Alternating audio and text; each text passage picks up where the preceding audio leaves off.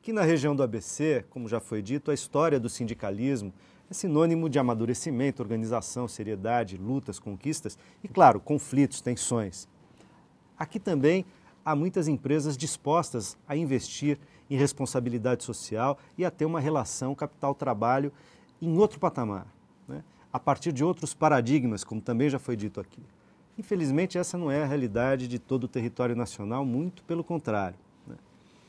O ACE seria uma boa ferramenta para ajudar a separar de forma mais clara, inclusive para a sociedade, o joio do trigo, nas empresas e nos sindicatos, quer dizer, entre empresas e sindicatos socialmente responsáveis daqueles que não são. Nilton, vamos começar com você. Sem dúvida, sem dúvida. Vamos falar um pouco de números. Sou da Volkswagen, posso falar pelas montadoras que estão instaladas aqui em São Bernardo. Nós temos o maior salário, nós temos as melhores condições. Nós somos a melhor prática trabalhista. É um fato. Podemos comparar os números, os dados. A produção desse resultado é fruto dessa relação de sindicato atuante, empregado consciente, o trabalhador consciente das suas condições e também consciente das necessidades da empresa. O ACE vai valorizar a possibilidade destas partes desenvolverem condições que façam sentido para elas. E nós estamos agora diante de um momento de alta competitividade. Mais do que nós falamos a todo momento, agora é questão prática. Nós teremos em 2012 a chegada de inúmeros concorrentes, que virão com condições trabalhistas muito inferiores às nossas. O que nós precisamos?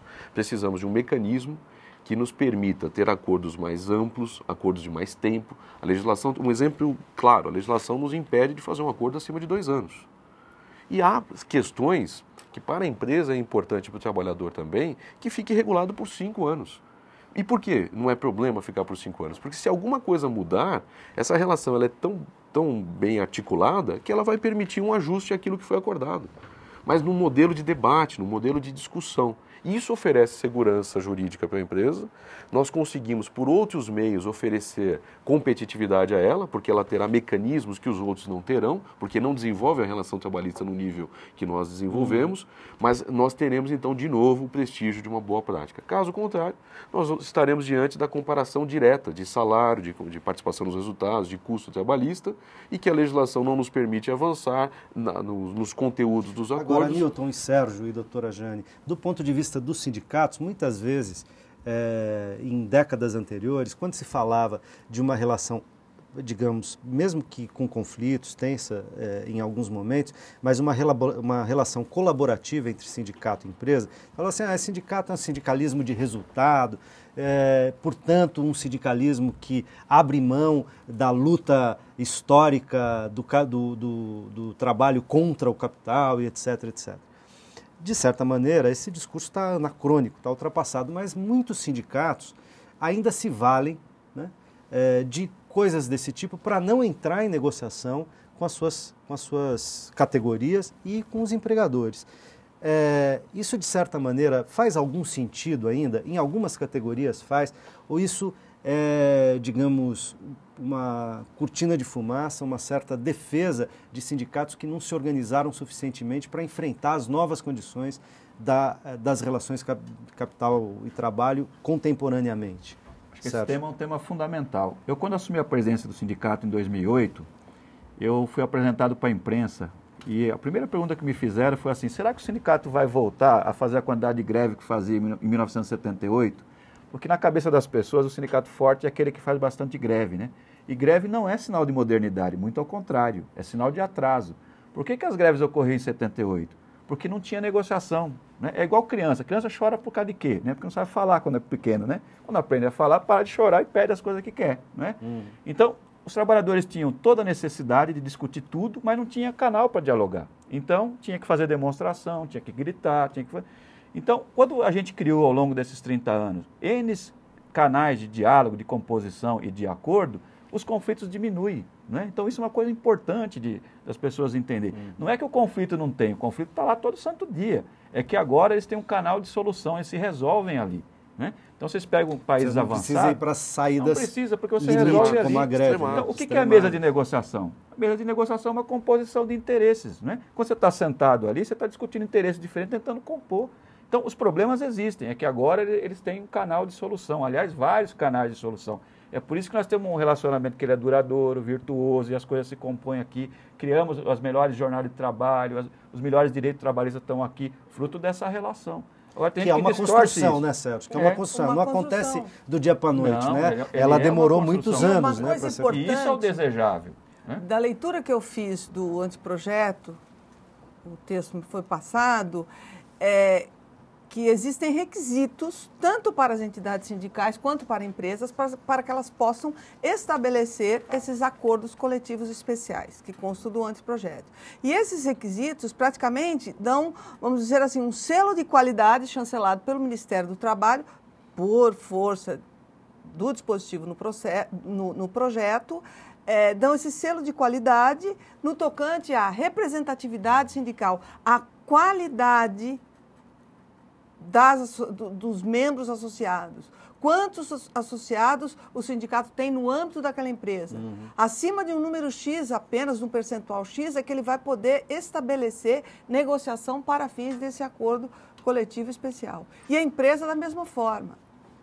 Há um dispositivo que estabelece no projeto um requisito de que a empresa não pode ter condenações com trânsito em julgado relacionadas a condutas antissindicais. Ou seja, a empresa deve ter, para que ela possa elaborar esse acordo coletivo especial, ela deve ter essa concepção. Ou seja, Essa há nova condicionantes. concepção. Há condicionantes. E há punições previstas? Quer dizer, e se eu faço um acordo e depois rompo a corda por um lado ou por outro? A questão é Ou bem entra jurídica mesmo, por isso que me interessou a leitura do projeto nesse lado. No primeiro momento eu falei, mas existe punição e quem não cumprir esses requisitos? Ou cumprir pelo menos num primeiro momento e depois de 6 meses, um prazo, deixa de cumprir esses requisitos.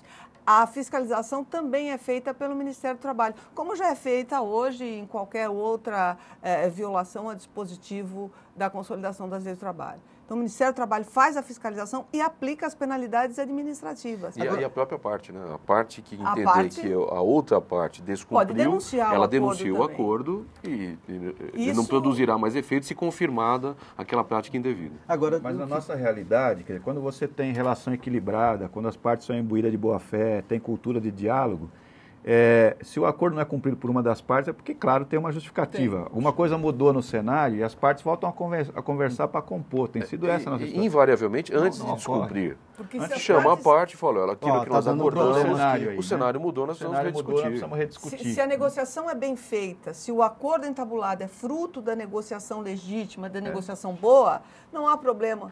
Isso nos conflitos individuais, na Justiça do Trabalho, quando elaboramos as tentativas de conciliação e as partes chegam a um acordo, é muito comum, Luiz, perguntarmos aos advogados e também às partes ali presentes qual a multa, né, no caso de descumprimento. E muitos empregadores viram, não pode colocar multa de 100% porque eu vou pagar, eu vou cumprir. Então, é irrelevante a multa ou a fiscalização para quem efetivamente está imbuído esse propósito. nos acordos legítimos, Nos né, como acordos. você disse. Um acordo que foi fruto de um debate, ele teve os seus fundamentos debatidos com a base e com a empresa. Então, essas partes conhecem esses fundamentos, se eles mudarem, a parte vai compreender que precisa também mudar o acordo.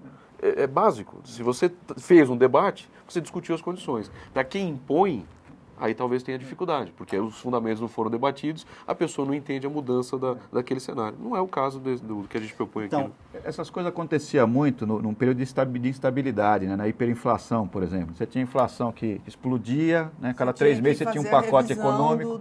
Então, por isso que você não conseguia fazer acordo de longo prazo, né? Porque você fazia, o cenário não se sustentava, né? Era um pacote econômico atrás do outro.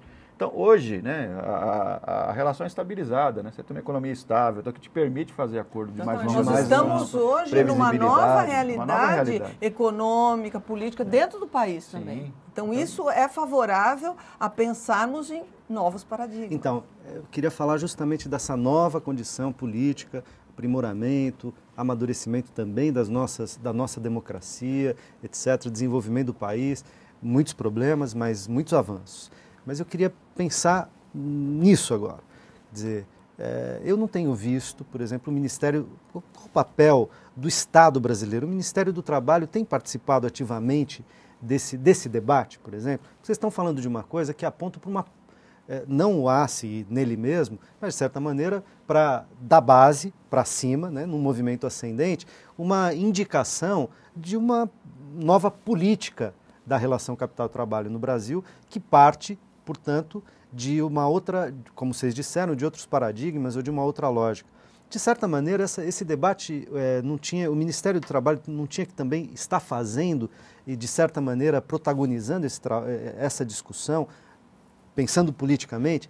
Em outras palavras, quero saber como que está o Estado e como que está essa discussão no Congresso Nacional. Sérgio. O Estado ele tem um papel fundamental. Nosso sindicato tem credibilidade, né? Os atores que defendem o ACE, né? Seja na universidade, nós tomamos esse cuidado, debatemos com gente da universidade, nós debatemos com o empresariado, com o movimento sindical, com as centrais sindicais, né? Então nós temos credibilidade, né, para apresentar o projeto. Agora, o projeto ele sofre resistência de alguns atores também, porque são conservadores mesmo, né? Aquilo que foi dito, tem gente que querem que essa estrutura continue assim, que as relações de trabalho continuem atrasadas desse jeito. E nós vemos questão que o ACE ele vá para o Congresso Nacional como um projeto do Executivo, né? Aliás, eu estou esperando uma agenda com a presidenta Dilma para dizer isso pessoalmente para ela, né? O Brasil quer ser a quarta economia do mundo e vai ser, rapidamente. Agora, não pode ser a quarta economia do mundo com trabalho escravo ainda como a gente tem no Brasil. Nós precisamos mudar as relações de trabalho no Brasil. Nós não podemos crescer como a China cresce, que todo mundo vai, a China cresce. Mas cresce de que jeito? Com condições de trabalho ruim, com ditadura, com repressão. É isso que nós queremos para o nosso futuro? Não. Então o Brasil ele precisa sinalizar para o mundo que nós vamos crescer como estamos crescendo, vamos continuar na rota do crescimento. Agora vamos crescer com democracia, com relações de trabalho moderna, e o ACE ele é um sinal disso. Por isso que ele é importante não só para nós, mas é importante porque é um sinal para o mundo de qual é o caminho que o país está seguindo. E sabe qual é uma questão muito interessante, Luiz? Porque há 30 anos que eu estudo direito do trabalho. Eu também sou professora universitária, vivo isso na academia, essas discussões que o Sérgio colocou aqui, elas são travadas dentro da academia também. E se você me fizesse essa pergunta, ou se você me trouxesse a um debate desses há 15 anos atrás, eu diria para você, olha, esqueça, não, isso não vai surtir efeitos. Agora, 30 anos depois, ou seja, 15 anos do que eu disse, que se você tivesse feito essa pergunta lá atrás, hoje nós estamos aqui discutindo uma questão, e uma questão que está sendo sustentada por empregadores e por empregados. Eles estão de acordo. Então, o conflito originário na relação capital-trabalho, ele não existe aqui. Ele está se desfazendo. Será que não seria aí um ponto de partida, efetivamente, para nós começarmos? Lógico, é histórico, nós não vamos estancar esses conflitos, mas pelo menos, como eu disse ao início, minimizar esses conflitos? Será que não é esse o caminho? Porque realmente muito me causa assim, uma surpresa extremamente agradável, boa, e me faz confiar ainda mais no futuro, que vamos chegar à quarta economia do país e que vamos ter um sistema produtivo cada vez melhor.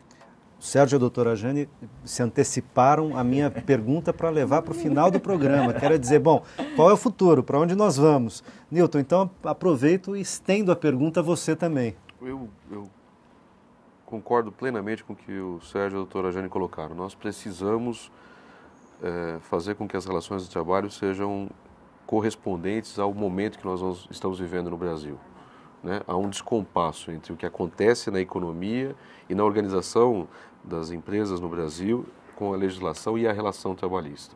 Então, o futuro que nós vamos eu já falei aqui várias vezes, é prestigiar as melhores práticas. Nós não podemos nivelar por baixo. O Brasil tem diferentes realidades, é verdade, mas nós temos que pegar os melhores exemplos, fomentar esses exemplos, como você mencionou, para que outras pessoas se vejam interessadas em seguir aquele caminho. Usá-los como parâmetros. E é natural que o melhor caminho de qualquer relação é o diálogo. Não há outro, para qualquer tipo de relação, em qualquer esfera, é o diálogo. E o que nós fazemos aqui é o diálogo. Tem conflito, tem dificuldades, é um debate muito mais complexo, né? Eu comentava aqui no intervalo. É muito mais difícil fazer uma negociação com um sindicato capaz, com um sindicato preparado. Só que os resultados são resultados perenes, são resultados sustentáveis. E é isso que nós defendemos e nós praticamos. É verdade, nós estamos aqui juntos. Você Muita gente gera acha isso compromisso estranho, né? de Como é que parte a empresas, parte, né? se empresas e sindicatos estão juntos, o Sérgio fez uma vez um comentário desse, se empresas e sindicatos estão juntos, alguma coisa vai ficar ruim? Muito pelo contrário. São motivos nobres e, de novo, não é uma ideia, uma intenção. É o resultado de uma relação que existe, está produzindo efeitos extremamente positivos para os dois lados, empresa e sindicato. É um fato. E para a sociedade brasileira. Eu quero agradecer muito a presença de vocês. Nosso tempo acabou, infelizmente. A gente vai ter que pautar outros temas relacionados a essa relação capital e trabalho, fundamental. Agradeço muitíssimo a vocês, agradeço também a você que nos acompanhou até aqui. Espero que a nossa conversa, tenho certeza que ela te ajudou a pensar em como é crucial estabelecer estratégias e regras que valorizem a representatividade sindical, amplifiquem a voz do trabalhador e das boas práticas das empresas no diálogo entre capital e trabalho, abrindo a possibilidade de acordos para casos específicos e garantindo melhoria nas condições e nas relações de trabalho. Logo, o conteúdo desse programa, você sabe, estará disponível no nosso portal, onde você pode sugerir temas e rever os outros debates que a gente já fez aqui. Acompanhe a nossa programação também pelo Twitter, que é @RedeTVT, e pelo Facebook, facebook.com/RedeTVT. A gente se encontra na próxima quinta-feira ou a qualquer momento na internet. Forte abraço.